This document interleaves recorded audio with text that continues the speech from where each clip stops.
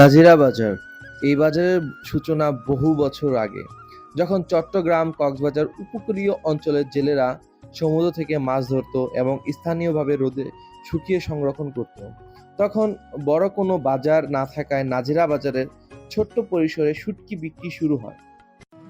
সমুদ্র আর নদীর মাঝখানে ছোট্ট একটি বাজার, নাম তার নাজিরা বাজার, যেখানে ভোরের আলো ফোটে শুটকির গন্ধে আর প্রতিটি শব্দে বাজে জীবিকার গল্প। এই বাজার শুধু মাছের নয়, এটি একটা ঐতিহ্যের নাম। দিনের পর দিন ধরে এখানে শুকিয়ে ওঠে সমুদ্রের দেওয়া সোনালী উপহার। একসময় খুব সাধারণভাবে শুরু হয়েছিল সব।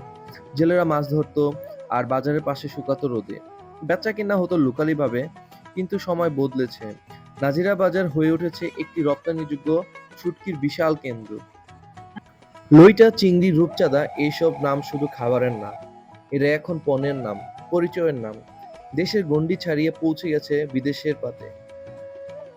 শুটকি শুকানো হয় যত্নে, সূর্য, বাতাস আর মানুষের হাতে গড়া হয় প্রতিটি টুকরো। তবে সবটাই সহজ নয়।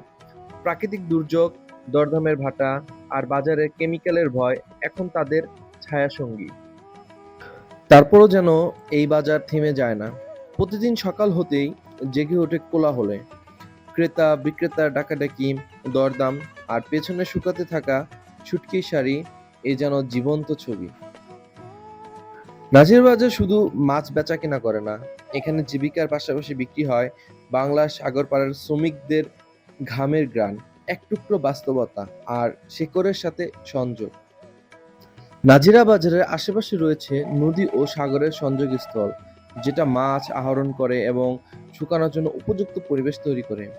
এখানে বাতাস এবং সূর্যের উষ্ণতা শুটকি শুকাতে দারুণ কাজে লাগে।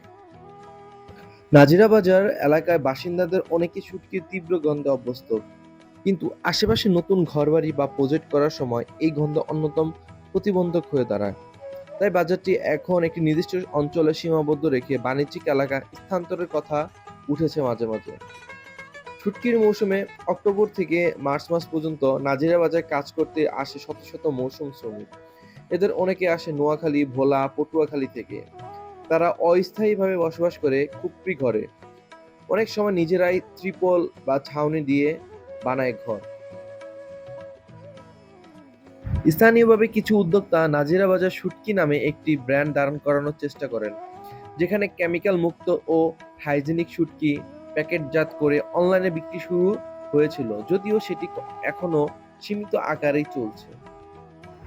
শুটকির মৌসুম না থাকলে নাজিরা বাজার একদম অন্যরকম। কোলাহল থেমে যায়, বাজার প্রায় ফাঁকা থাকে। সেই সময় স্থানীয়রা অন্যান্য ক্ষুদ্র ব্যবসা বা কৃষিকাজে ফিরে যায়। এই ছিল নাজিরাবাদ সম্পর্কে সংক্ষেপে কিছু আলোচনা। সবাই ভালো থাকবেন।